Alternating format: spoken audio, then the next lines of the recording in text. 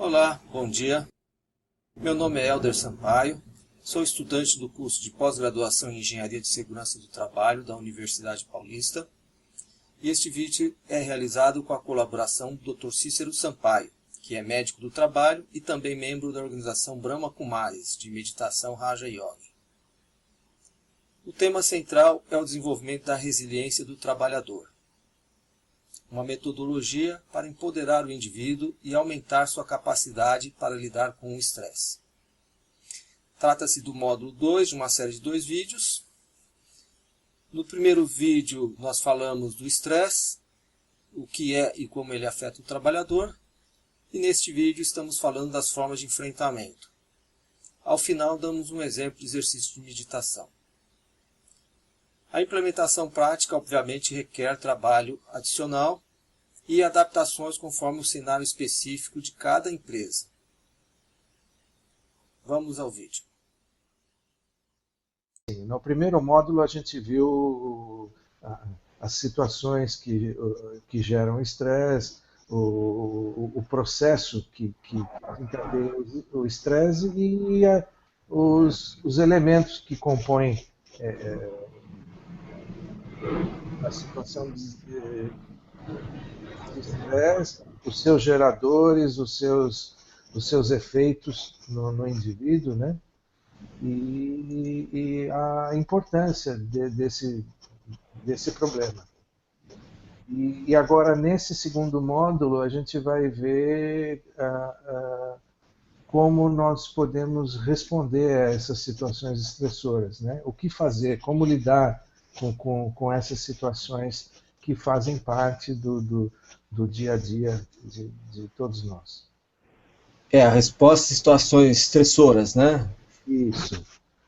Então, assim, as situações estressoras típicas, né, elas são essas que estão elencadas ali. Perda perda de um bem, de um objeto, de uma pessoa, a perda em termos de relacionamento, perdas em termos de identidade e perdas da própria autoestima, né? Situação estressora é igual a perda, né? O indivíduo sofre, o indivíduo entra em estresse porque ele perdeu alguma coisa. Então, todas aquelas situações que a gente vê elencadas no outro módulo, elas estão relacionadas à perda de alguma forma. Então, ou é uma perda física, pode ser uma perda humana, pode ser uma perda de identidade, pode ser uma perda de uma qualidade interna, né? Certo. Mas estão relacionadas, de certa forma, sempre a perdas. E a dificuldade do indivíduo é encontrar, a dificuldade maior que nós temos em encontrar resposta para essas situações de perda é que normalmente nós fugimos da realidade quando a situação estressora acontece. Então, o primeiro... Está falando dos mecanismos de defesa, né? Mecanismos de defesa, exatamente. Quando acontece a situação, normalmente nós entramos num processo psíquico de autodefesa, mas que ele é deformante da realidade. E ele, às vezes, não só às vezes, ele geralmente nos afasta da resolução do problema. Às vezes ele pode momentaneamente funcionar como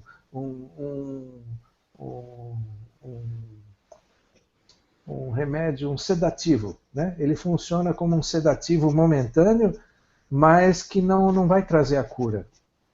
Então, é importante que, se eu quero resolver o problema, eu tenho que lidar objetivamente com a situação. Eu tenho que enfrentar a dor da situação e resolvê-la, né? Porque, assim, a tendência psíquica do indivíduo é nós fugimos da dor. A tentativa sempre é fugir do efeito doloroso, né, que o enfrentamento causa. Mas cada vez que eu tento fugir desse efeito doloroso, eu estou fugindo e me afastando da resolução do problema. Então, Isso aí, quando atinge índices muito elevados, pode ter claro, pode gerar problemas psiquiátricos, né? Patologias mesmo, doenças psiquiátricas, quando esse processo ele atinge um grau exagerado, né? Fobias, outras doenças psiquiátricas são uma projeção disso aí, né? Então, vamos ver aqui. Aí tem as formas, né, de resposta ou dos mecanismos de defesa, né? Então, assim, essas formas de resposta, a primeira é a correta, né, que é lidar objetivamente com a situação, enfrentar, eliminar, superar e minimizar o impacto daquilo. Então, e reduzir a probabilidade de repetição daquela situação no futuro. Então, na verdade, esse é o processo correto de você eliminar um hábito negativo, né? Reconhecer a existência dele e enfrentar. Na verdade, enfrentar, às vezes, é você reconhecer o erro dentro de você. Né? Muitas vezes a gente tende a se posicionar como vítima, a se posicionar de outras formas, para não enfrentar a dor de reconhecer que o culpado sou eu, que é uma situação que eu criei. Né? É muito mais agradável eu me posicionar como uma vítima, né, do que me posicionar como culpado. E às vezes essa tendência a encontrar um bode expiatório, né, isso tende a fazer nós nos afastarmos da realidade. E tem várias maneiras desse processo acontecer. E os psicólogos descrevem lá inúmeros deles, né?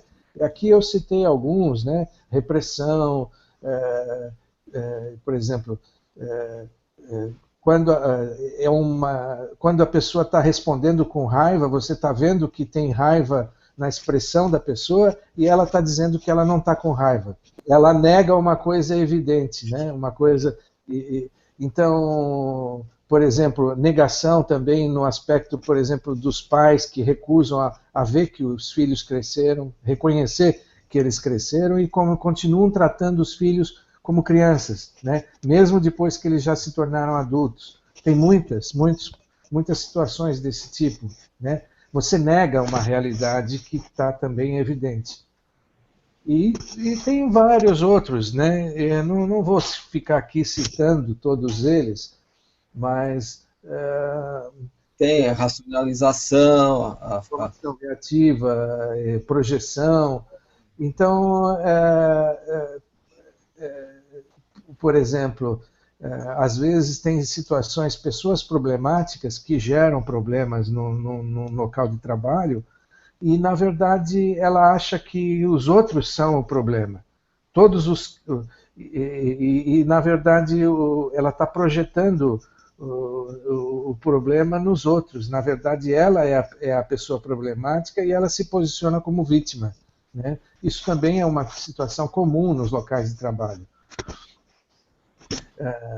E assim vai, né? Tem a inventividade do ser humano em arrumar desculpas é enorme. Né? Nós somos muito inventivos, né, nisso. E, na verdade, enquanto eu não perceber que isso é um jogo, eu estou dando um tiro no meu próprio pé, fazendo isso, eu estou dando um tiro no meu próprio pé. Eu estou querendo resolver a situação através de uma mentira. Então, isso nunca vai ser resolvido. Né? E eu vou ficar dando volta em cima do problema e vou complicar cada vez mais a situação geradora de estresse. Né? Então, eu vou criar outros focos de estresse por causa da minha inadaptabilidade de lidar com aquilo. Certo. Por exemplo, a regressão, o indivíduo começa a ter comportamentos infantis ou comportamentos como forma de defesa, né? A sublimação seria como que, por exemplo, uma pessoa que é agressiva, ela vai praticar um esporte, ela vai ser lutador de boxe para dirigir a agressividade dela para uma situação que seja socialmente aceitável, né? Então ela sublima. No caso da sublimação, ela pode ter um viés positivo aí, né? Sim, mas mesmo assim aquilo na verdade ainda é um mecanismo de defesa, né?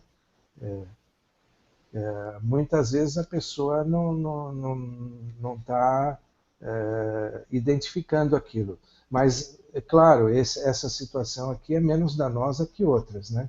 A sublimação ela é um pouco menos perigosa ou problemática do que outras formas de mecanismos de resposta. Por exemplo, o deslocamento, que é uma situação comum também, quando você generaliza um sentimento, né? Porque você se decepcionou com uma determinada pessoa, você generaliza aquilo. Então, você teve uma decepção comercial com uma pessoa de origem judaica. Aí você fala, judeu não presta, né? Judeu não serve para fazer negócio, né? Ou essa situação do exemplo aqui, que a mulher que se decepcionou com um relacionamento com um determinado homem, e aí pensa, todos os homens não prestam, nenhum homem presta, né? Você está generalizando uma experiência pessoal individual, né? Então, assim, o que é importante que seja entendido é que nesse processo de autoinvestigação, quando eu estou me voltando internamente, observando os processos que vão acontecendo dentro de mim, eu tenho que ter muita honestidade, né? Muita verdade interna para poder fazer uma investigação adequada, né? Para não se auto-sabotar, né? Essa que é a verdade. Exatamente. Então, okay. Esse é um aspecto importante. Porque, na verdade, o avestruz, quando tem alguma situação de perigo, ele enfia a cabecinha dele num buraco e deixa o corpãozinho todo dele está de fora. E ele não percebe que ele não está se protegendo nada fazendo aquilo. Mas, assim, como ele deixa de ver, o coração não sente.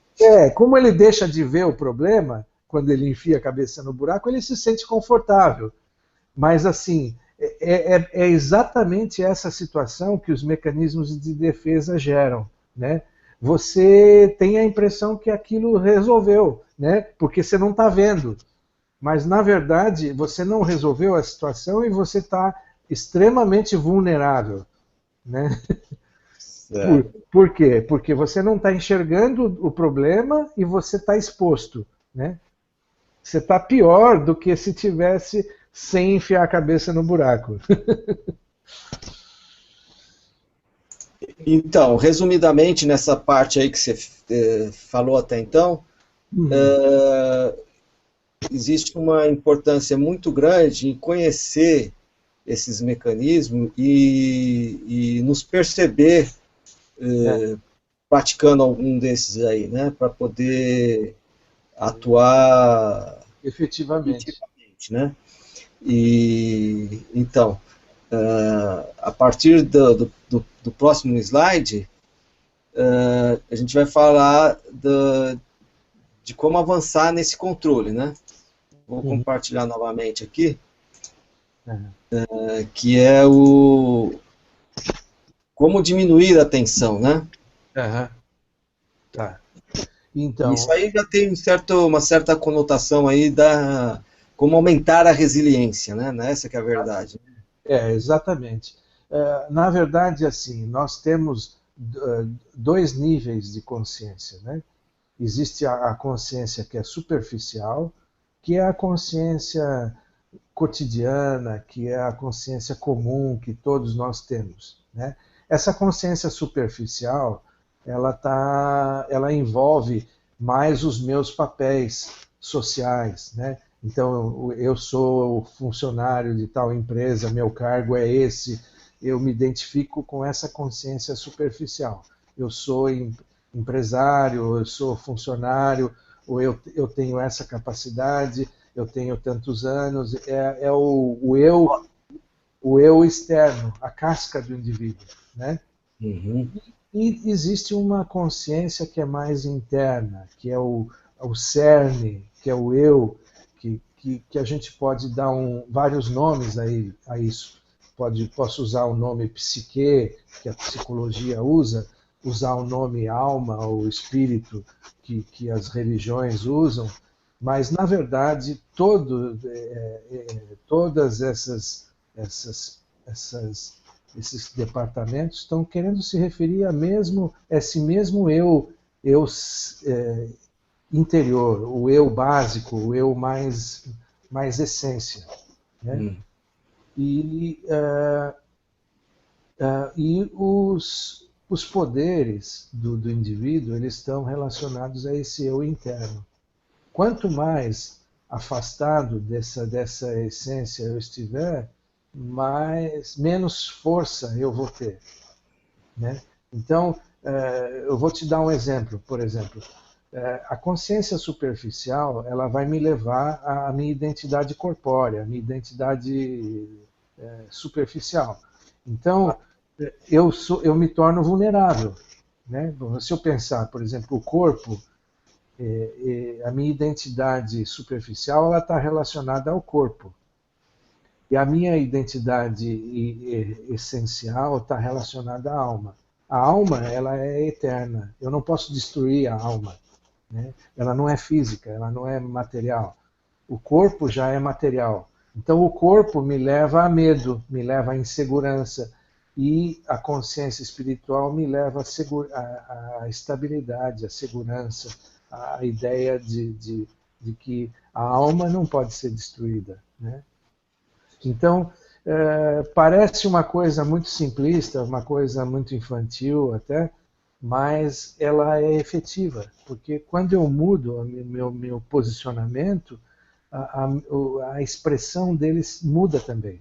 Então, as qualidades, os poderes, as capacidades mudam quando eu mudo o meu posicionamento interno. Nós vamos ver isso mais tarde com relação à meditação, que esse aspecto vai ser importante na hora do exercício de meditação. Mas aqui, basicamente, o estado de tensão ele é gerado pela pressão sobre a resistência, né? Quer dizer, é uma fração, onde o denominador são as influências externas e o numerador, né?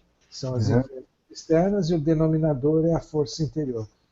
Então, uma forma de diminuir a tensão é aumentando o denominador, né?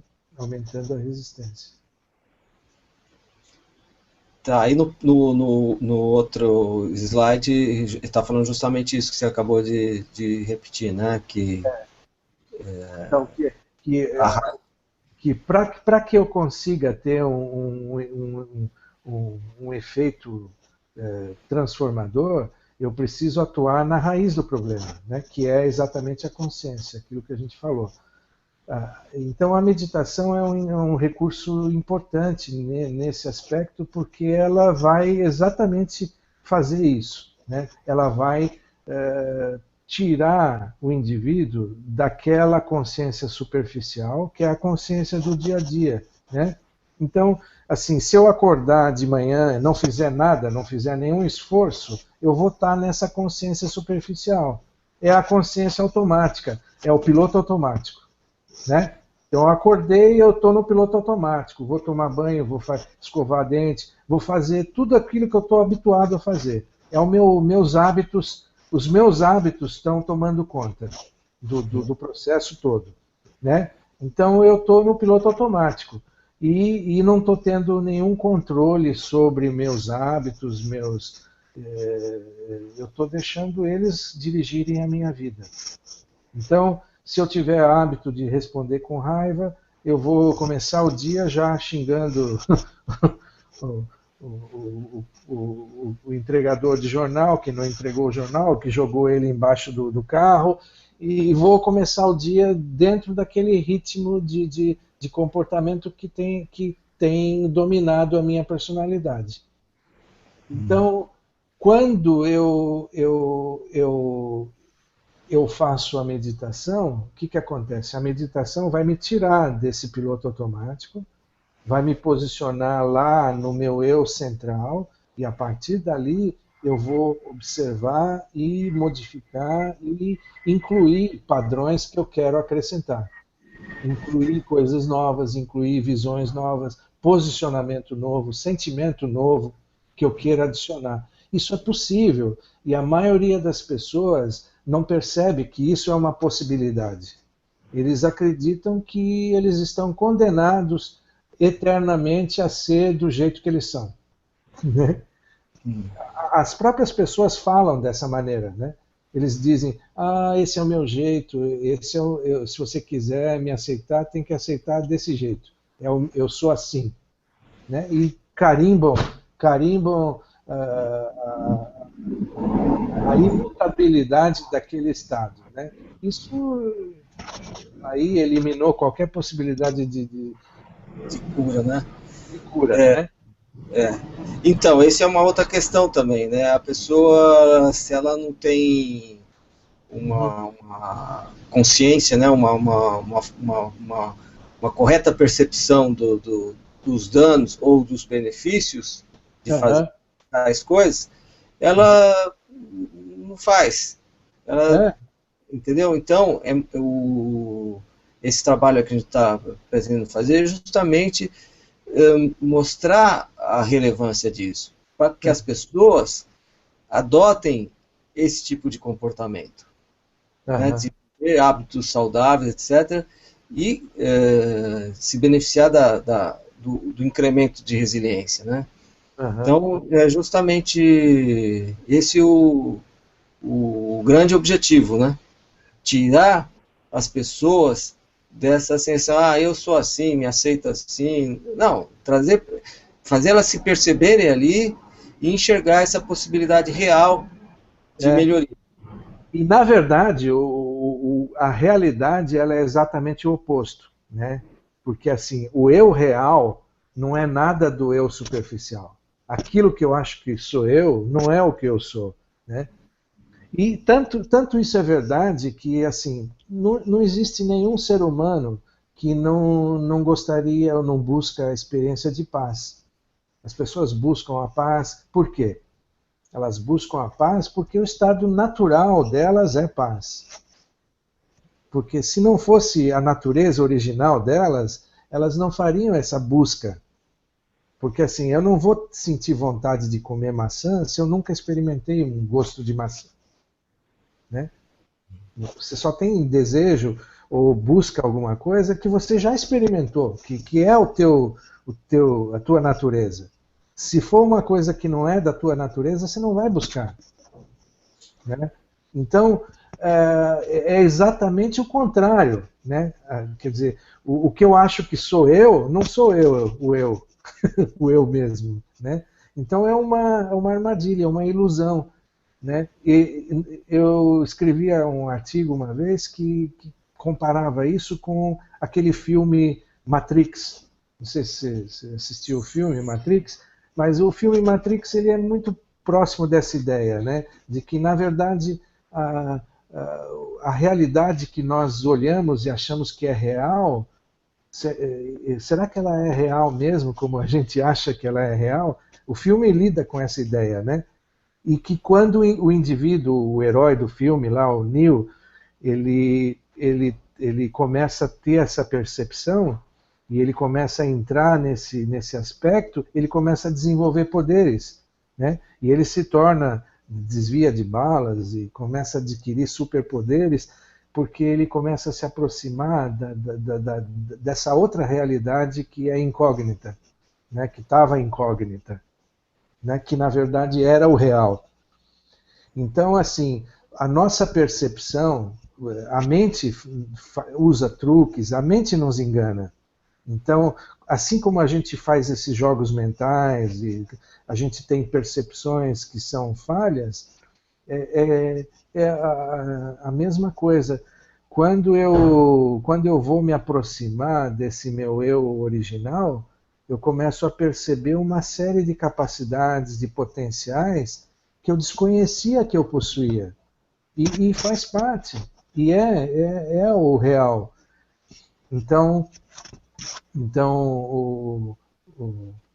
os tesouros, eles não estão lá fora, eles estão lá dentro, né? E o lá fora é só a projeção do que acontece dentro. E no processo de meditação você entra muito nessa ideia, né? Então, aí você já iria falar sobre o que é a meditação, né? Então, a meditação, ela é o redirecionamento da minha atenção de uma forma voluntariosa e consciente, né? Reeducar a atenção, né, como você colocou. Então, assim, nós somos e nós sentimos de acordo com onde eu estou focado. Por exemplo, eu estou andando na rua, de repente eu vejo um outdoor que tem lá uma pessoa na praia tomando água de coco, eu já me imagino que eu vou para minha casa de praia, que e começo a ter aquela sensação de bem-estar, né? O que eu quero dizer é que assim, eu posso estar no meio do trânsito infernal e, de repente, uma visão, uma imagem de um outdoor pode me levar a ter uma experiência de deleite, de prazer. Então, esse aspecto meditativo, ele é poderoso. Ele muda sentimento, muda sensação da pessoa, muda estado de humor, muda a disposição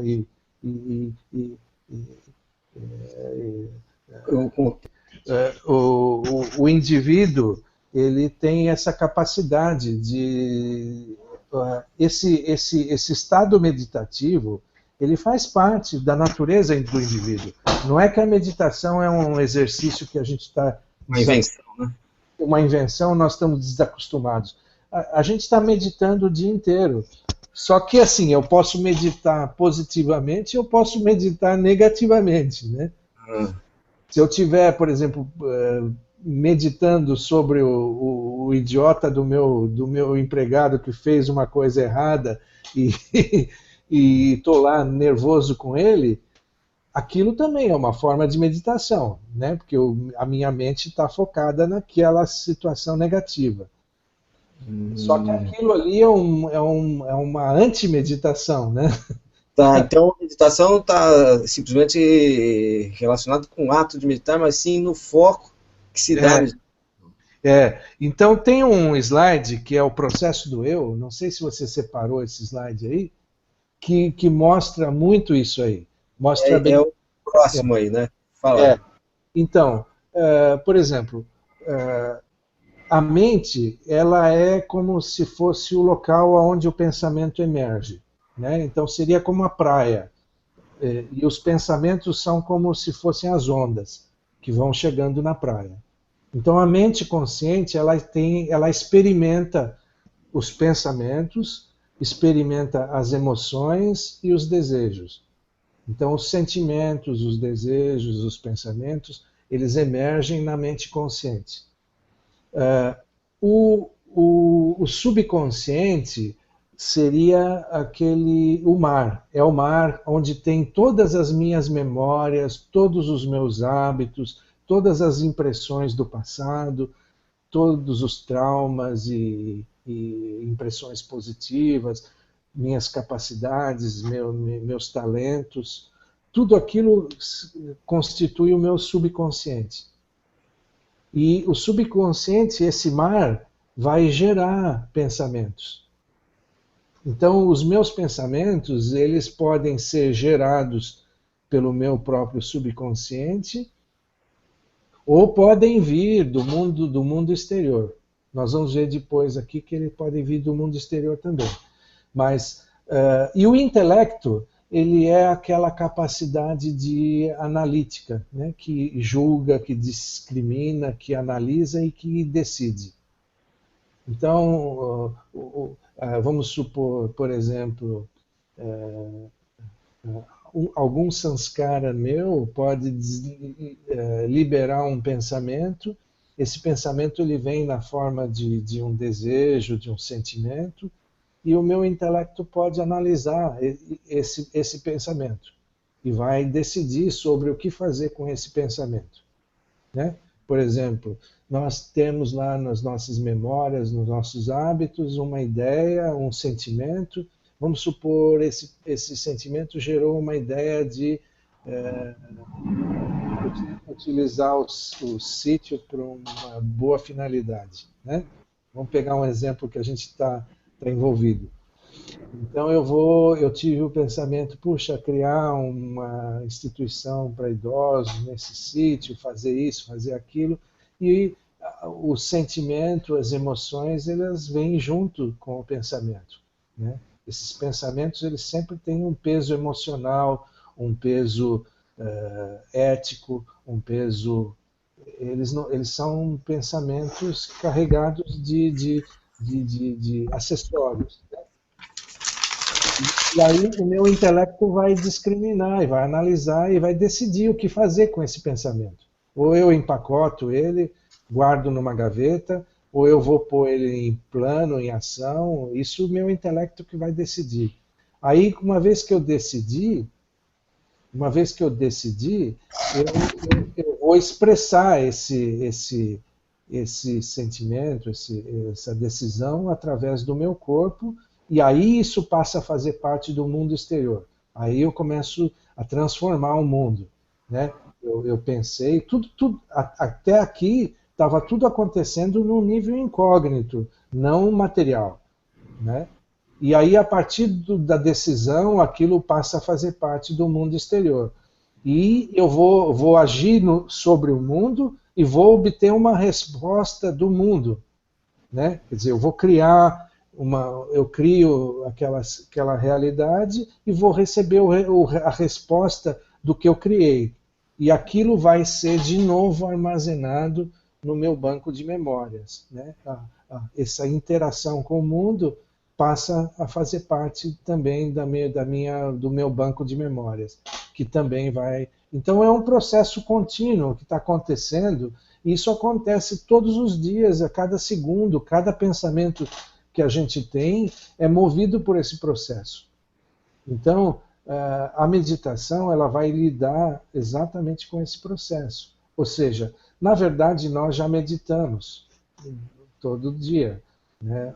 A questão só é meditar em coisas relevantes e em coisas que vão me aproximar do meu eu cerne, né? Então então, pelo que você relatou aí, e a gente tem esse mecanismo aí de processamento das impressões, das informações, etc., e a meditação em si, a gente ser seletivo, né, nesse conjunto de pensamentos, de energias, né, para direcionar de coisas positivas, né? Isso. De uma forma assim simples, né?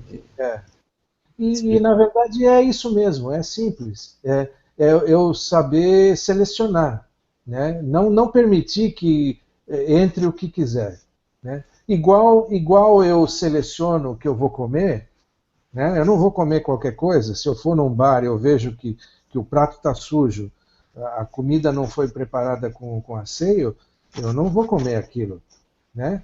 Então, da mesma forma, eu tenho que selecionar o que eu vou pensar. Eu não posso permitir que qualquer pensamento venha e fique na minha mente ao bel prazer dele. porque isso pode trazer prejuízo para mim. Né? Então, nesse outro slide aí, uhum, fica bem claro isso que você está falando. uhum, E, e aí tem até algumas questões, tem pessoas assim que realmente, não, eu não gosto de fulano, e não tem jeito, e ninguém vai me convencer do contrário, é uma porta fechada. é, E isso aí é difícil de você conseguir abrir essa porta, né? é, você, você carimba a pessoa, né? E É, isso é uma coisa perigosa, porque não é que você vai fingir que a realidade não existe. Quer dizer, você sabe que a pessoa tem um problema, né? A pessoa pode ter até uma característica problemática, identificável, e você reconhecer isso na pessoa, mas assim, você tem que diferenciar o, o, o defeito o pecado do pecador. Né? Quer dizer, você não tem que ser amigo do pecado, mas você tem que ser misericordioso com o pecador. Entendeu? é, Você não está defendendo a arrogância ou defendendo o egoísmo, mas você tem que ter uma misericórdia de aceitar que aquela pessoa, sob efeito da arrogância, ela pode um dia mudar. Você não pode carimbar ela, né? você tem que E respeitar os patamares, né? então existem níveis. Então você tem que aceitar o mundo da forma que ele é. Cada um está fazendo o seu máximo. Se a pessoa está cheia de defeito, aquilo é o máximo que ela consegue. Você querer exigir mais dela é cruel, né? Porque ela tem aquela capacidade.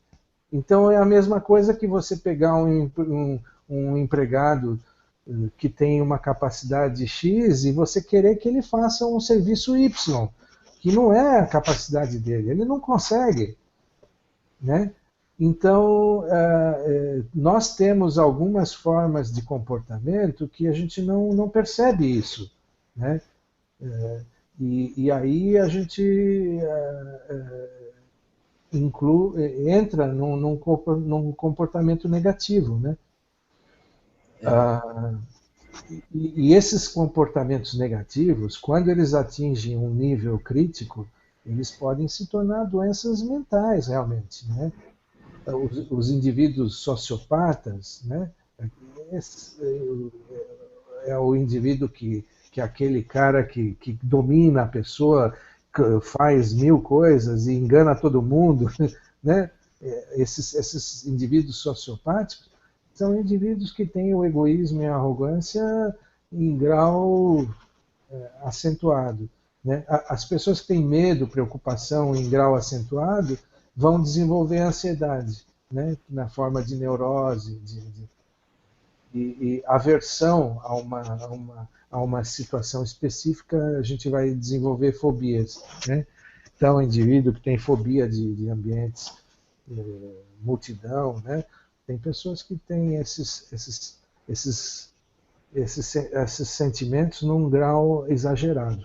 Então, nós começamos a perceber que tudo é uma coisa só e que essas classificações psiquiátricas, classificações da medicina, que tentam classificar essas diferentes doenças, na verdade são tudo um processo só, que são particularizados numa situação, noutra, que vão atingir níveis menores ou maiores. E a gente começa a ver a unidade no meio da diversidade. Porque o ser humano é um só. Pode estar na Austrália, na Groenlândia, no Brasil, não importa. A natureza do ser humano é a mesma. Os problemas que o ser humano enfrenta são os mesmos. E todos nós somos iguais quando a gente vai para a essência. A diferença só está na casca, né? Esse conceito de saúde mental, ele é que assim, que nós temos uma contabilidade psicológica, né? Lucros e prejuízos, né? Então, assim, os positivos e o negativo. Então, assim, durante o dia, durante as 24 horas do dia, qual foi a porcentagem de pensamentos positivos que eu tive? Né? Então, posso medir a minha saúde mental pela proporção de traços positivos ou negativos, nessa minha contabilidade psicológica.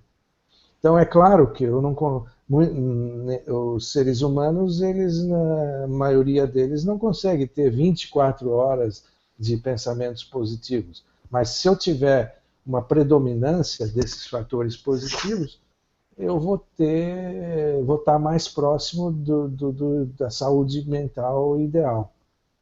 Né? Legal esse conceito aí. Então, assim, não existe um estado o estado totalmente positivo seria o 100% positivo, né? Seria o estado angélico. O indivíduo ali se tornou um anjo, ele já deixou de ser um ser humano. Ele não está aqui, né? Não está aqui. Ele já se tornou 100% positivo. Né? Seria o auge da saúde mental.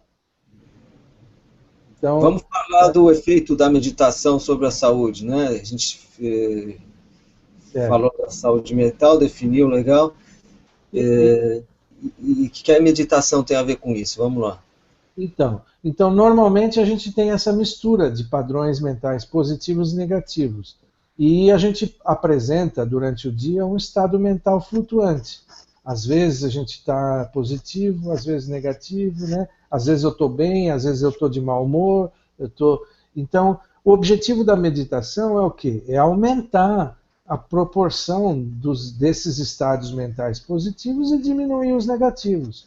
Então, o auge da saúde mental é aquilo que eu falei, né? Seria o estado perfeito, né? Seria a meta ideal. Mas, assim, a gente sabe que isso daí é um processo.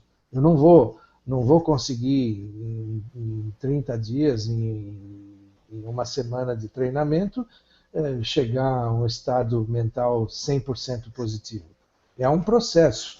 Eu vou melhorando a minha contabilidade mental com o tempo, com a prática, com a dedicação.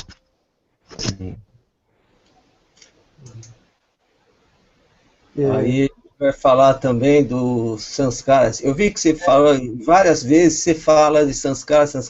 Talvez para o público mais leigo não vai saber muito bem.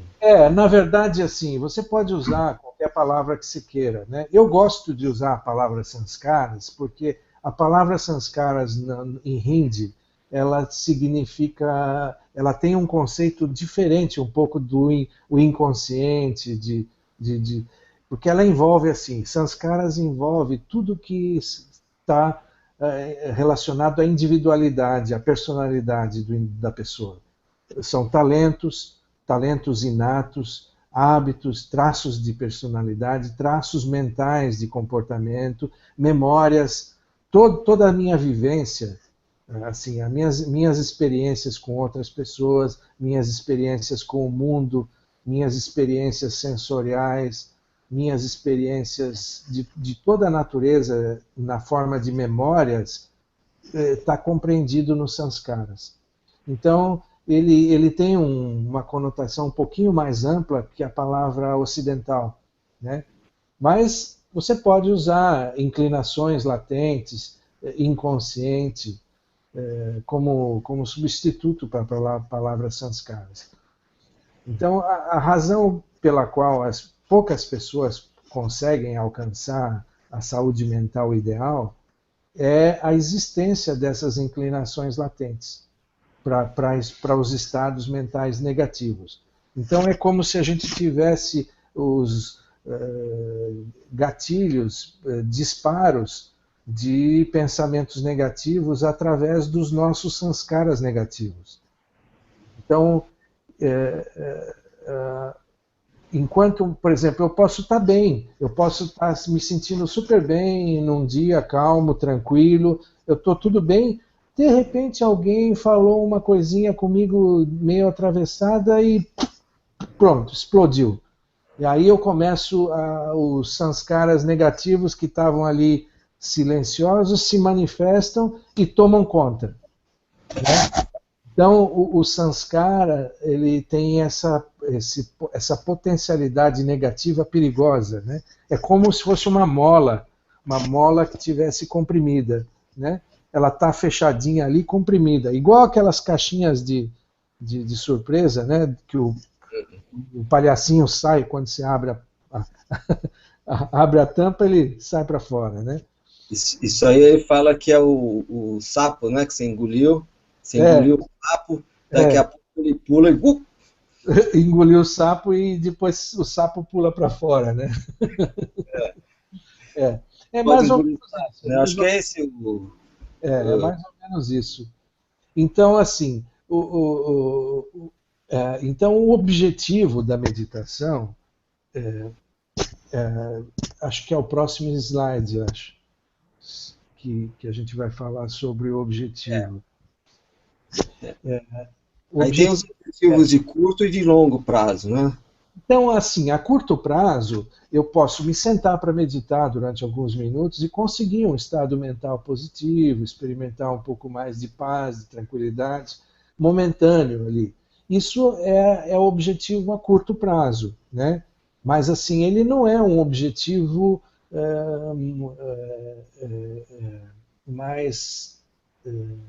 Perene. mais ambicioso, né?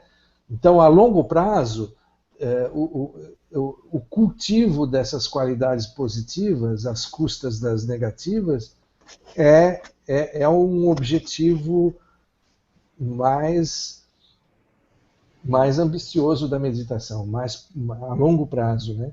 Então, ou seja, não só ter uma experiência positiva, momentânea, mas mudar aqueles sanskaras negativos para outros positivos. Substituir aqueles sanskaras negativos para outros mais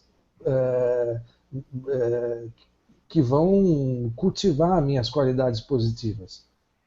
Então, o objetivo final seria erradicar aqueles sanskaras que são negativos na minha personalidade, né? Então, isso é uma tarefa que envolve... De longo prazo é aquilo que a gente estava falando, é um programa. Envolve a vida toda. Então, assim, é um projeto para a tua vida, né? Até o último dia você vai estar lá trabalhando e buscando aquela meta, né? Então, é um objetivo a longo prazo. Aí, então, a meditação, na verdade, ela não é um processo alienante como as pessoas pensam, né? Normalmente as pessoas pensam, você fica aí meditando, o mundo se aliena. Na verdade, não é bem isso, porque a meditação ela treina essa capacidade de prestar atenção, que é a capacidade que a gente usa no dia a dia, né? Nós somos seres meditantes. A gente está constantemente fazendo esse processo e interagindo com o meio. Então, à medida em que o meu estado mental se estabelece, eu atuo com o meio e recebo a resposta do meio ambiente. Então, constantemente isso está acontecendo. Então, o indivíduo que pratica meditação, ele vai treinar essa habilidade e vai se tornar, pelo contrário, ele vai realizar as tarefas e o trabalho dele, a parte rotineira do dia a dia, a parte real da vida, né, que as pessoas chamam, a parte prática da vida, de uma forma muito mais efetiva e muito mais precisa. Então, a meditação, pelo contrário, ela não vai me alienar e vai me tornar muito mais eficiente nas situações práticas do dia a dia. Por quê? Porque a minha mente vai estar mais serena, mais tranquila, eu vou conseguir ver com mais clareza o que eu preciso fazer, a forma de fazer. Então, tudo vai ficar mais eficiente. Então, tardiamente, esse aguçamento do meu estado de atenção, ele permanece. Por exemplo, eu vou meditar durante 45 minutos ou 30 minutos, aquela experiência daqueles 30 minutos, eles perduram durante um bom tempo, porque assim, meu estado mental ele vai sendo elevado e vai sendo posicionado, e mesmo depois que a meditação termina, eu posso manter aquela experiência. Então, então eu me torno assim mais sensível, né, mais perceptivo. Então eu capto melhor a vibração do ambiente, a atmosfera, os gestos, a atitude mental, o estado das pessoas que estão em relacionamento comigo. Eu consigo ter essa percepção de forma mais ativa, essa percepção sutil, melhor, quando eu tenho um estado mental mais sutil. Então, você capta as mensagens ocultas que as pessoas estão enviando e você pode lidar melhor com tudo isso. Então, isso te dá uma ferramenta para o relacionamento do dia a dia com as pessoas. É uma ferramenta prática muito interessante. E aí você começa a desenvolver uma intuição, uma clareza mental. Na verdade, não é intuição. A gente chama de intuição como se fosse uma coisa que vem meio que mágica, né? Mas assim, não existe nada mágico. É um processo claro que acontece porque eu estou mais claro, né? Eu estou mais seletivo no que eu vou pensar, então eu estou menos confuso, eu estou menos naquela confusão de ter 1000 pensamentos na mente, ter 1000 coisas me pressionando, eu economizo. Então, esse estado meditativo é o quê? Eu vou pensar pouco, pensar com qualidade e pensar coisas que podem me ser efetivas, necessárias, né? Então, você reduz a quantidade de pensamentos, melhora a qualidade deles, e isso vai gerar uma clareza mental, uma paz. A paz, ela vem naturalmente, porque eu não estou sobrecarregando a minha mente com um monte de coisas, né? Eu estou leve. Então, a clareza vai gerar leveza, vai gerar um aumento da minha percepção e intuição.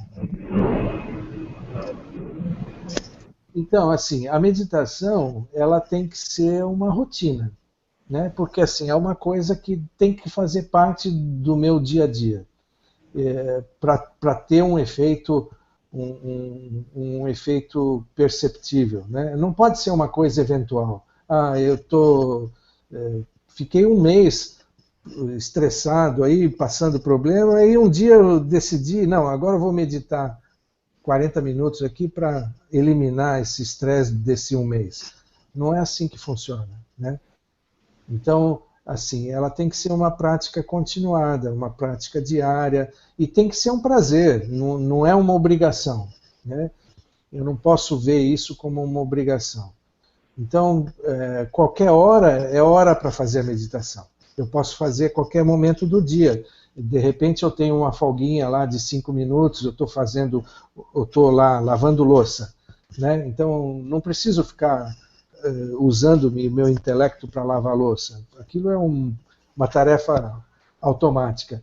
Então eu, naquele momento, enquanto eu estou fazendo aquela tarefa, eu posso ficar meditando, né? Eu posso usar aqueles minutos.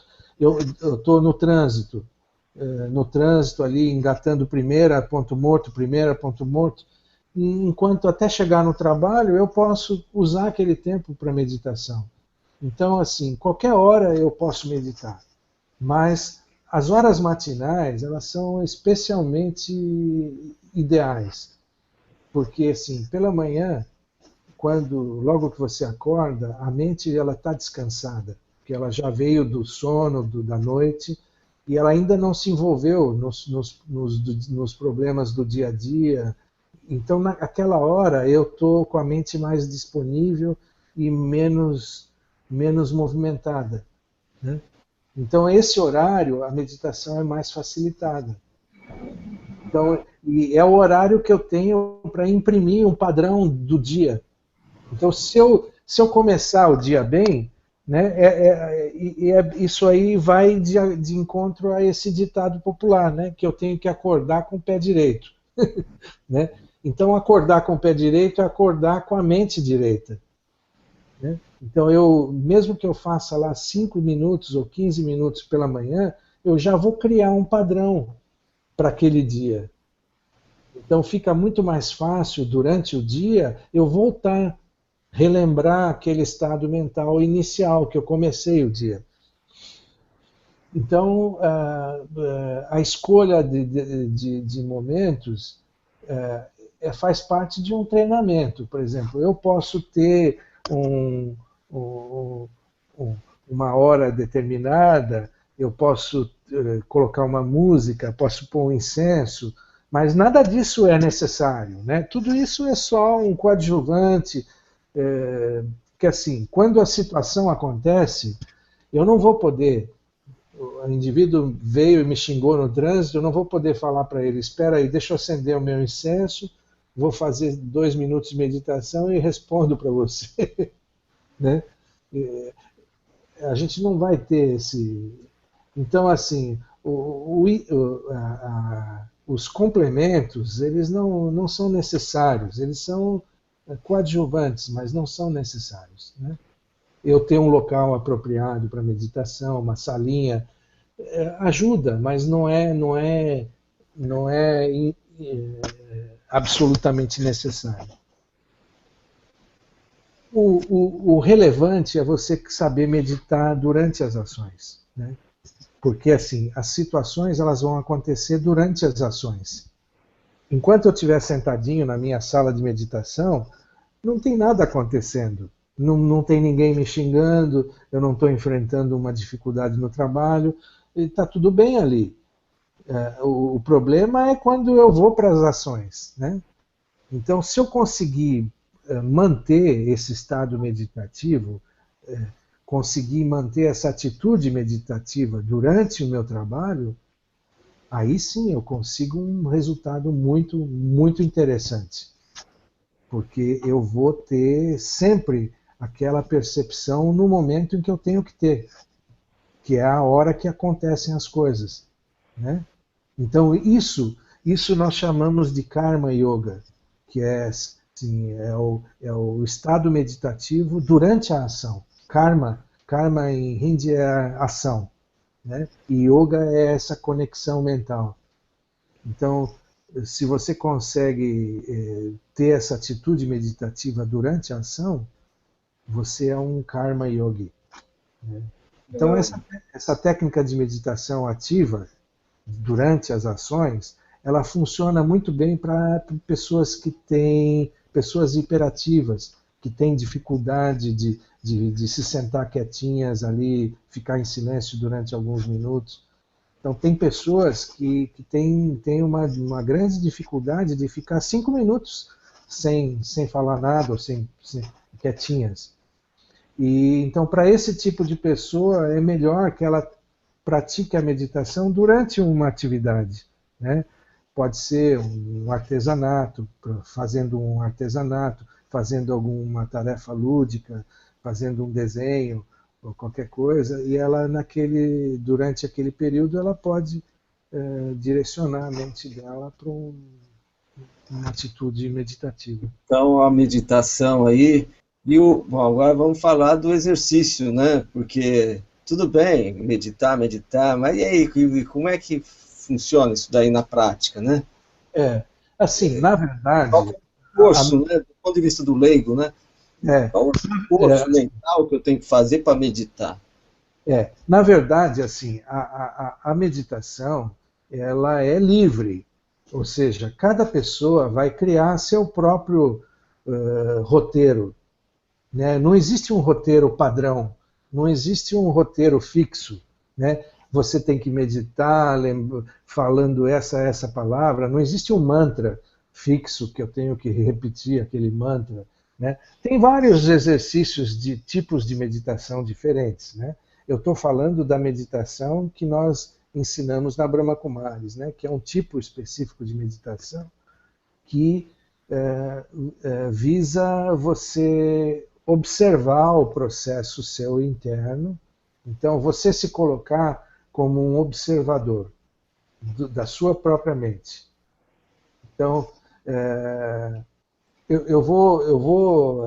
existe aqui um texto que é um modelo, que é um exemplo, mas que eu próprio posso criar uma coisa parecida, o pessoal, e posso dirigir essa minha meditação de forma flexível. Isso não existe um processo único. O importante é que o padrão do meu texto mental tenha que ser ligados à minha essência. Ou seja, eu posso até meditar sobre um problema que aconteceu no meu trabalho. Entendeu? Mas assim, isso não vai me trazer, não vai me levar a nada, a lugar nenhum. Entendeu? Então, assim, enquanto eu ficar revolvendo o problema, eu não resolvo o problema. Eu só resolvo o problema quando eu saio do problema e olho para o problema de fora. Isso. Enquanto eu estiver emocionalmente afetado pelo problema, pode deixar que você não vai resolver. Então, o objetivo da meditação é exatamente esse, eu me posicionar como observador. Isso é o essencial. Eu observar, eu posso até analisar o problema, mas da posição de observador, e aí eu vou ver como aquilo é pequeno, como aquilo é irrelevante, como aquilo não justifica eu ter aquele sentimento que eu vinha tendo, e aí eu procuro qual seria o meu posicionamento ideal. Aí eu vou ver qual seria a minha postura correta diante daquele problema. Aí sim, é uma forma de meditação também. Eu estou analisando um problema, mas de uma maneira positiva. Na posição de observador. Né? Não remexendo o lixo. Né? Não revolvendo o lixo. Eu tenho que revolver coisas relevantes. Talvez para as pessoas mais leigas, que têm até dificuldade de concentração, alguma coisa assim, precisa de uma muleta, né? Alguma coisa para criar intimidade. Né? O texto, o exercício, nós temos, a Brahma Kumaris tem alguns CDs com meditações conduzidas, que tem essa finalidade de auxiliar as pessoas iniciantes que têm um pouco de dificuldade em dar o start para o processo. Depois você tira as rodinhas, né? Aí você vai. Isso, exatamente. É exatamente isso. É a rodinha. A hora que você se sentir confortável, você tira a rodinha e você mesmo vai criar o teu roteiro de meditação. De acordo com tuas necessidades pessoais. De repente, por exemplo, eu posso sentir, eu tenho uma natureza muito raivosa, eu tenho uma dificuldade com experiência de paz, então eu vou me dedicar durante um mês a fazer meditação com essa finalidade.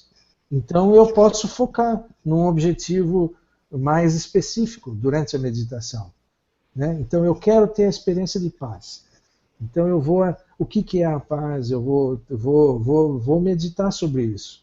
E vou fazer uma investigação interna sobre essa questão específica. Eu posso escolher uma virtude, coragem. Se eu me sinto uma pessoa insegura, eu posso, de repente, meditar sobre a coragem e desenvolver essa qualidade que está faltando nos meus sanskaras. E criar um sanskara positivo. Né?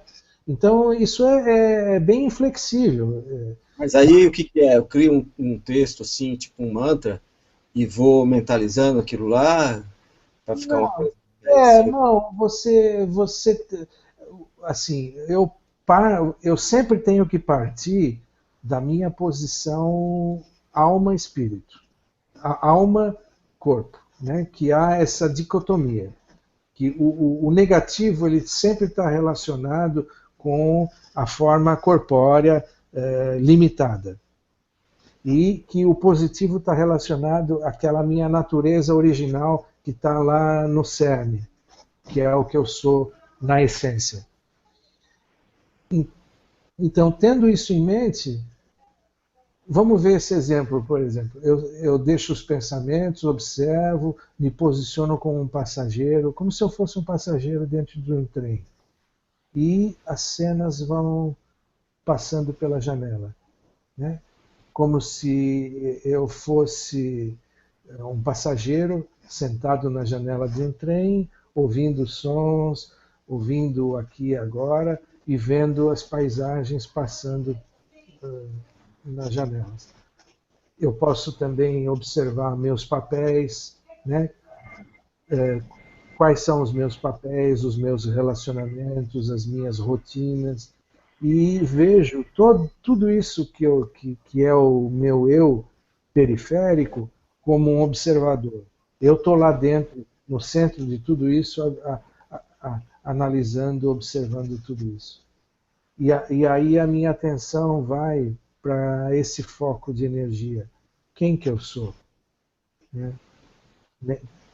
Como se eu me posicionasse nessa sala de controle, de onde eu observo, aonde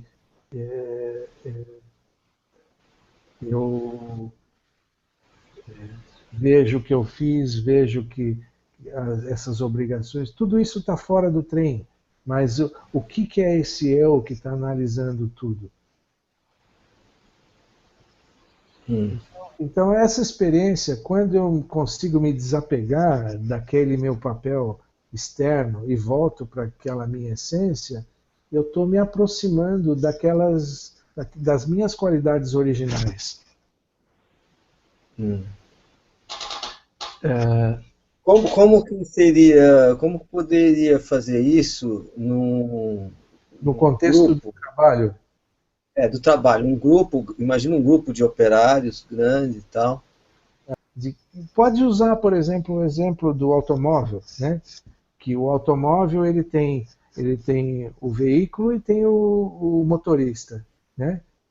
E que o corpo físico seria como se fosse o automóvel e que o indivíduo, o eu, é o motorista, que a gente pode chamar de psique, de alma, e que esse indivíduo é que é o relevante em tudo.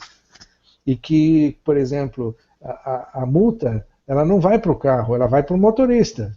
Né? Então, a experiência, o que eu fizer dirigindo o meu carro, eu vou receber o retorno daquilo. Então, se eu imaginar que eu sou o motorista e que o meu veículo é o carro, eu consigo me desligar um pouco daquele meu papel externo, né? Que a identidade superficial, ela envolve meus papéis, tudo aquilo é superficial, né? Ou seja, por exemplo, eu não posso dizer que eu sou o presidente da empresa, ou eu sou fulano de tal, gerente de tal departamento. Eu estou gerente, né? Eu não sou gerente. Então, existem condições que são as condições temporárias, que fazem parte do papel. E existem as condições que são inatas, que fazem parte do eu perene, eterno. Né? Tem coisas que são da minha natureza, da minha essência, que são eternas. E tem coisas que são temporárias, que são meus papéis. Eu sou pai, mas eu também sou filho. Em determinadas situações eu sou pai, em outras situações eu sou filho, e em outras situações eu sou irmão. Então eu não sou a mesma coisa, entendeu? E como seria em termos práticos, né? Pegar um grupo desse, você faz um roteirinho, alguma coisa assim, que seria as rodinhas, um CD, sei lá, alguma coisa, e esse pessoal vai transformar isso numa rotina diária. É isso? Eu acho que essa ideia de ser um indivíduo de paz, um indivíduo com qualidades positivas, ela isso está relacionado com assim, esse entendimento da diferença entre motorista e automóvel. Acho que pode usar esse exemplo, é bom para... Mas aí, isso aí é um, que, um áudio, o cara põe no ouvido lá e vai ouvir todo dia e refletir sobre aquilo. Por exemplo, a Brahma Kumaris, ela tem uma sequência de várias meditações. São 7 ou 8 meditações que vêm nessa sequência. Então tem a consciência da alma, o indivíduo separar a consciência limitada da consciência ilimitada, tem É um treinamento de 7 etapas, é isso? É isso. Então, esse era o exercício, né? Que está aí, tem um exemplo, né? Uhum. E isso daí, aquilo que você falou, pode estar acompanhado de um som ambiente, pode ser em qualquer lugar e tal. E isso aí é repetitivo, né? Tem que ser... Na verdade, o exercício de meditação, ele envolve criar um foco de atenção, né? Ele cria um foco de atenção e depois, durante o dia, esse estado meditativo ele tende a retornar, né? Porque aquilo igual um outdoor gera um efeito no indivíduo, né? Você olhou 5 segundos para o outdoor, aquilo vai gerar pensamentos na tua cabeça. Então, o exercício de meditação, mesmo que ele dure 5 minutos, ele vai ser um gerador de pensamentos, de imagens positivas. A sociedade hoje é uma sociedade muito extrovertida, né? O indivíduo é muito extrovertido. E extrovertido não no sentido positivo, extrovertido no sentido alienante, né? Então, a solução verdadeira é nós nos voltarmos internamente e aí nos concentrarmos naquilo que é a essência do que nós somos, né?